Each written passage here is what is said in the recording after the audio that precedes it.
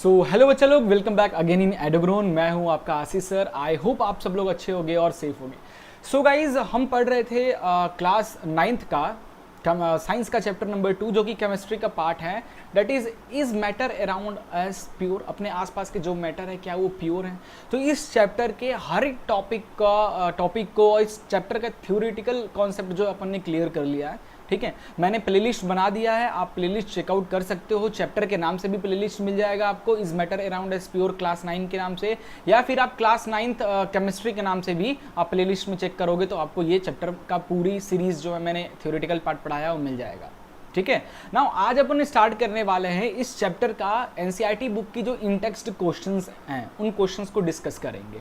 Clear है। But guys एक चीज और बता दूं आपको, एनसीईआरटी के क्वेश्चन आंसर, एनसीईआरटी के किसी सॉल्यूशंस चाहिए, किसी भी सब्जेक्ट के एमसीक्यूज चाहिए, इंपॉर्टेंट क्वेश्चंस चाहिए चैप्टर वाइज में, या फिर आपको क्विक रिवीजन नोट्स चाहिए, तो आप हमारी वेबसाइट पे विजिट कीजिए edugrown.in। डिस्क्रिप्शन में लिंक मिल जाएगा, आप वहां से डायरेक्ट हमें फॉलो कर सकते हैं और वहां के सारे नोट्स और उसका फ्री में इस्तेमाल कर सकते हैं।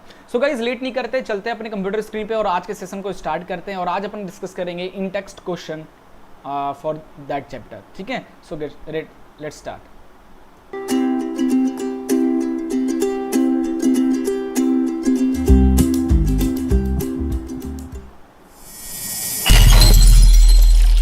सो guys, is matter around us pure chapter 2 class 9th chemistry का है और आज हम लगाएंगे इन text question and answer NCERT book का इस चैप्टर से।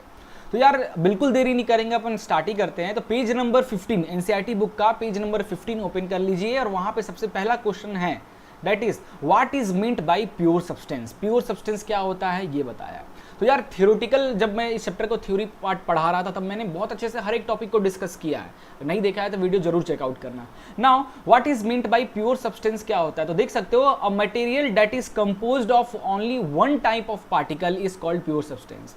लाइक जैसे देखा जाए, अगर मैं हाइड्रोजन की बात करता हूं, तो अगर मैं हाइड्रोजन एलिमेंट की बात करता हूं, ठीक है, हाइड्रोजन एलिमेंट हो गया, for example this is a hydrogen element. अब ये जो हाइड्रोजन का एलिमेंट है ये छोटे छोटे हाइड्रोजन के किससे मिलकर बना होगा, ये छोटे छोटे हाइड्रोजन के एटम से मिलकर बना होगा, है ना। तो पार्टिकल एलिमेंट तो सेम है ना, हाइड्रोजन तो हाइड्रोजन पार्टिकल से ही मिलकर बना है, ऐसा तो नहीं ऑक्सीजन से मिलकर हाइड्रोजन बन गया, ऐसा तो नहीं है ना। हाइड्रोजन एलिमेंट जो है वो हाइड्रोजन के छोटे छोटे पार्ट से मिलकर बना है, यानी सेम टाइप ऑफ पार्टिकल से बनने वाले सब्सटेंस को अपन प्योर सब्सटेंस कहते हैं। All the constituents particle of pure substance have the same chemical nature.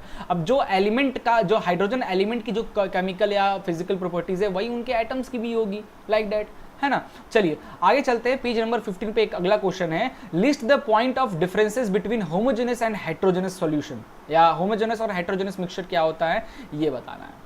तो ये रहा आपके सामने स्क्रीन पे इसका डिफरेंशिएशन, आप चेकआउट कीजिए।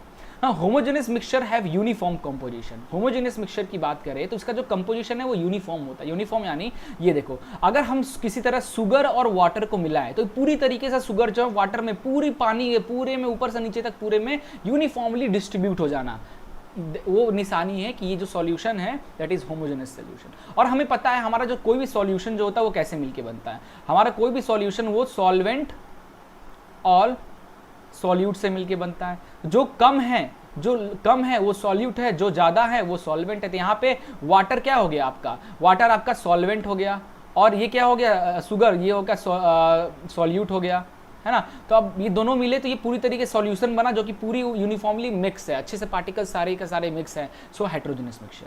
वही हम होमोजेनस मिक्सचर। वही हेट्रोजेनस मिक्सचर की बात करें तो पार्टिकल यूनिफॉर्मली मिक्स नहीं होते, उनके बीच में बाउंड्रीज होते हैं। लाइक सैंड और वाटर को अगर आप करोगे तो देखो, ऊपर वाटर दिख रहा है, नीचे सैंड, दोनों के बीच में बाउंड्रीज आ गए, दोनों अच्छी तरीके से मिक्स नहीं हुए, लाइक हेट्रोजेनस मिक्सचर। वहीं आगे बात करते हैं, it has no visible boundaries of separation between its constituent. इनके बीच में कोई भी विजिबल बाउंड्री नहीं होता, पूरी तरीके से घुल जाते हैं। वहीं बात करें हेट्रोजेनस की तो आपको विजिबल बाउंड्रीज दिख रही है, देखो वाटर और सैंड का ये बाउंड्रीज आपको दिख रहा है, लाइक दैट। और भी काफी सारे पॉइंट है, आप लिख सकते हो, बट एक आध दो नंबर के हिसाब से ठीक है ना। और भी बहुत सारे पॉइंट्स है, जब थ्योरेटिकल में पढ़ा रहा था तब मैंने बताया था, आप चेकआउट करो और लिख सकते हो, है ना। पेज नंबर 18 पे क्वेश्चन है, differentiate between homogeneous and heterogeneous mixture with example के साथ डिफरेंशिएट कीजिए। तो ये लो, होमोजेनस मिक्सचर क्या होता है। Homogeneous mixture is a mixture having uniform composition throughout the mixture. पूरे के पूरे मिक्सचर में जो कंपोजिशन है वो यूनिफॉर्मली मिक्स रहते हैं। For example mixture of salt in water, sugar in water, copper sulphate in water, iodine in alcohol, alloy and air have uniform composition throughout the mixture, all are the example of homogeneous mixture. वहीं heterogeneous mixture की बात करें तो on the other hand heterogeneous mixture is a mixture having a non uniform composition like this, है ना, sand अलग water अलग throughout the mixture. For example composition of mixture of sodium chloride और iron, दोनों अलग अलग ही दिखेंगे। Salt and sulphur, oil और वाटर अलग अलग रहते हैं, ऑयल और वाटर, ये सब एग्जांपल है। चॉक पाउडर और water are the example of heterogeneous mixtures. Clear है? हाँ, चलिए चलते हैं नेक्स्ट पे। अगला है हमारा पेज नंबर 18 पे एक और क्वेश्चन दिया है, how are sol solution and suspension different from each other.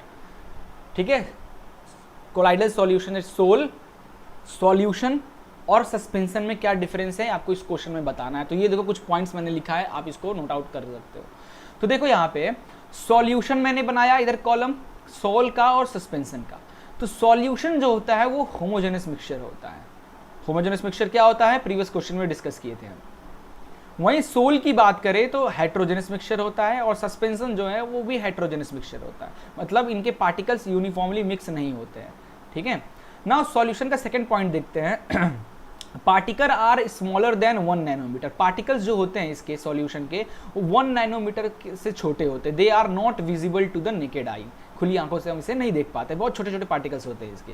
वहीं हम सोल की बात करें तो size of particle is too small to seen by naked eye, इतना बड़ा होता है कि आप आराम से उसको देख सकते हो, है ना। और सस्पेंशन की बात करें, particle are visible to the naked I.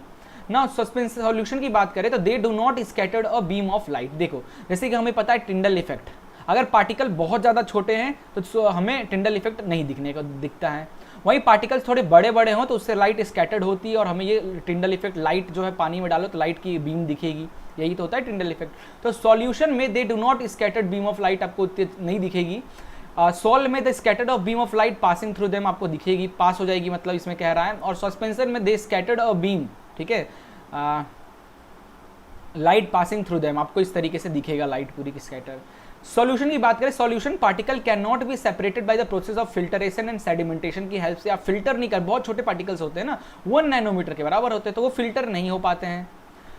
Solute particle can not be separated by the process of filtering, this is also not separated, but suspension particle can separated by the process of filtration, like chalk and water, chalk plus water, ये किसका solution है, ये क्या है, ये suspension है। Chalk और water को जब फिल्टर करोगे तो चॉक के पार्टिकल्स थोड़े बड़े होते हैं, वो इस तरीके से फिल्टर पेपर में ऊपर में रेसिड्यू बच जाएंगे, नीचे आपका पानी चला जाएगा, है ना। ये कुछ थे इसके मेन पार्ट्स। आगे देखते हैं, चलिए अगला है पेज नंबर 18 पे question number 3। To make a saturation solution 36 gram of sodium chloride is dissolve in 100 gram of water at इतना, find the concentration at this temperature. तो 293 केल्विन पे एक सॉल्यूशन बना रहे हो आप, 293 केल्विन पे एक सॉल्यूशन बना रहे हो जिसका कंसंट्रेशन आपको निकाल के बताना है। तो कैसे करेंगे, देखो सबसे पहले to saturate 36 gram of sodium chloride is, अब देखो सोडियम क्लोराइड क्या है, सॉल्यूट है, ठीक है, सॉल्यूट है, क्या है, सोडियम क्लोराइड NaCl जो है सॉल्यूट है, तो 36 ग्राम है। वहीं उसको मिला रहे हैं 100 ग्राम ऑफ वाटर में, तो वाटर ज़्यादा है तो सॉल्वेंट हो जाएगा, वाटर क्या हो जाएगा, सॉल्वेंट हो जाएगा। और ये कितना है, 100 ग्राम है, 100 ग्राम। टोटल सॉल्यूशन कितना हो जाएगा, टोटल सॉल्यूशन कितना हो जाएगा, that is solute plus solvent, 36 plus 100 कितना हो जाएगा, 136 ग्राम। नाउ कंसंट्रेशन का फॉर्मूला क्या होता है, कंसंट्रेशन का फॉर्मूला क्या होता है, दोनों मास में कंसंट्रेशन, मास बाई मास में, मास बाई मास में, ठीक है, दोनों मास में, तो क्या होता है, mass of solute upon mass of solution into 100, ठीक है। नाउ कंसंट्रेशन क्या हो जाएगा, परसेंटेज में कितनी आ जाएगी, 36 mass of solute upon mass of solution, that is 136 into 100, है ना। इसको सॉल्व कर लीजिए आप, आपका आंसर आ जाएगा, ठीक है। नाउ अब ओपन कर लीजिए पेज नंबर 24। पेज नंबर 24 पे पहला क्वेश्चन है, how will you separate a mixture containing kerosene और पेट्रोल। मान लीजिए आपके पास एक मिक्सचर है जिसमें जो मिक्सचर है उसमें कैरोसिन और पेट्रोल है। Difference in their boiling point is more than 25 degree Celsius. अच्छा, दोनों के जो बॉइलिंग पॉइंट में 25 का डिफरेंस है। अगर पेट्रोल मान लीजिए कैरोसिन का बॉइलिंग पॉइंट 50 पेट्रोल का 50 है तो कैरोसिन का मान लीजिए 25 है, लाइक दैट 25 का अंतर है दोनों के बॉइलिंग पॉइंट में। Which are miscible with each other, which are, और दोनों मिसिबल है, मिसिबल विथ ईच अदर ना, हाउ विल यू सेपरेट, कैसे इनको सेपरेट कर सकते हैं।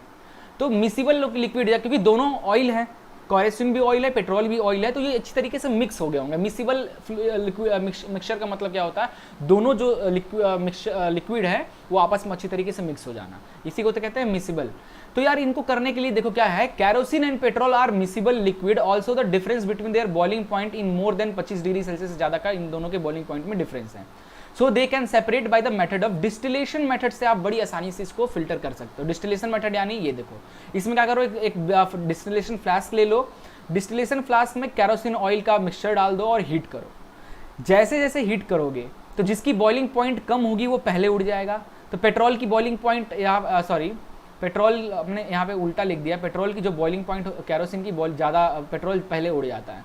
पेट्रोल की मान लीजिए यहाँ पे लिखा है नहीं 25 डिग्री सेल्सियस मान लेते हैं बॉइलिंग पॉइंट है, तो कैरोसिन की 50 है, तो पहले कौन सा उड़ेगा, पहले पेट्रोल उड़ेगा। तो जैसे 25 डिग्री सेल्सियस पहुंचा, पूरा का पूरा पेट्रोल क्या हो गया, इस फ्लास्क में ऊपर की तरफ उठने लगा और यहाँ चैम्बर से निकल के ये आपका हीट एक्सचेंजर या कंडेंसर में जाकर ठंडा होके देन वो लिक्विड बन गया, कंडेंसेशन होकर ठंडा होकर लिक्विड बन गया। इस तरीके से कैरोसिन अलग हो गया और पेट्रोल आपका इसी में रह जाएगा, है ना। तो in this method the mixture of kerosene and petrol is taken in the distillation flask with the thermometer fitted in it, like this thermometer, ठीक है। Now we also need a beaker, a water condenser and a Bunsen burner. एक beaker चाहिए होगा हमको, एक condenser चाहिए होगा, एक बंसन बर्नर चाहिए होगा।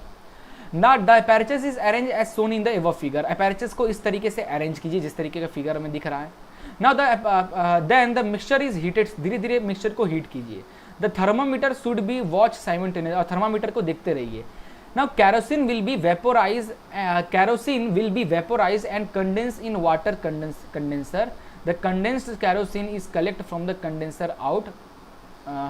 out where petrol is left behind the distillation flask. Okay.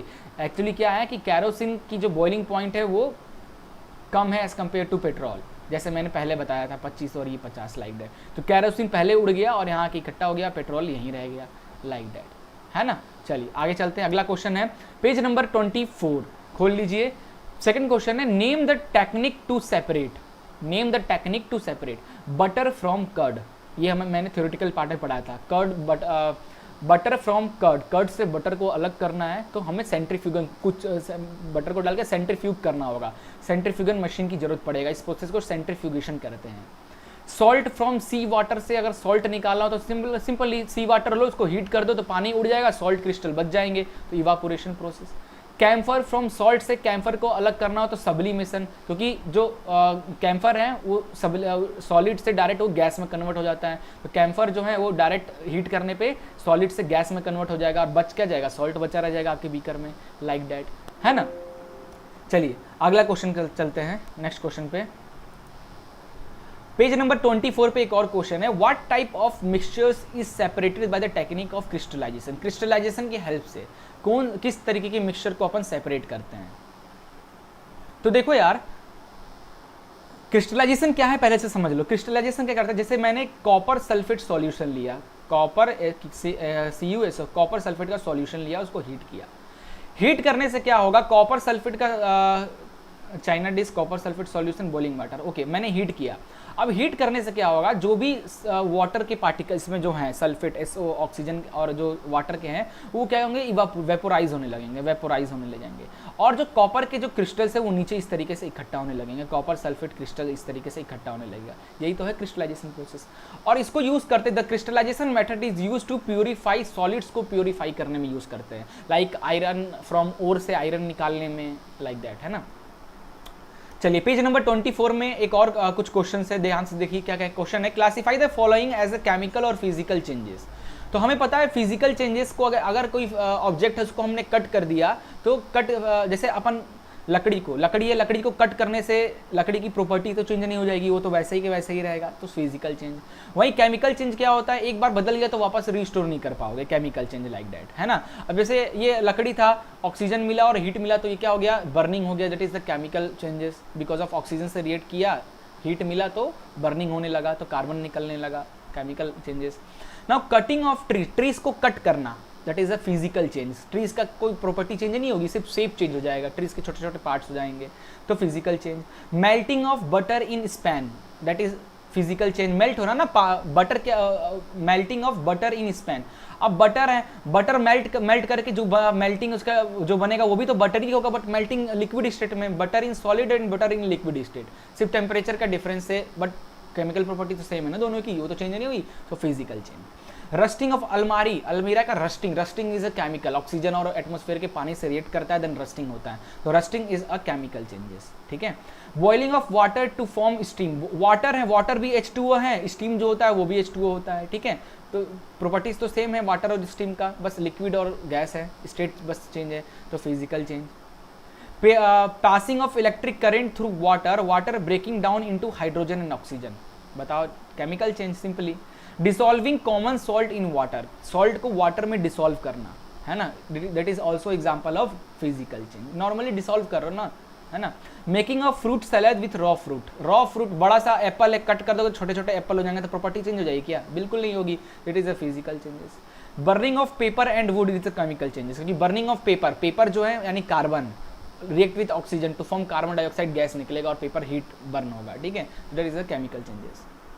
So guys I hope आपको जो इस चैप्टर का इन टेक्स्ट क्वेश्चन है वो सारे क्वेश्चन समझ में आ गया, और कहीं डाउट वगैरह आता है तो आप जरूर कमेंट करके हमें बताना, हम कोशिश करेंगे आपके डाउट को सॉल्व करने के लिए। अदरवाइज आप सारे क्वेश्चन का सॉल्यूशंस, डिटेल एक्सप्लेनेशन हमारी वेबसाइट eduground.in पे मिल जाएगा। इस चैप्टर का quick revision notes, important question इस चैप्टर से, MCQs और साथ ही साथ इस चैप्टर के सारे NCERT के solutions check out on my website eduground.in, link in the description. Good bye, take care and जय हिंद।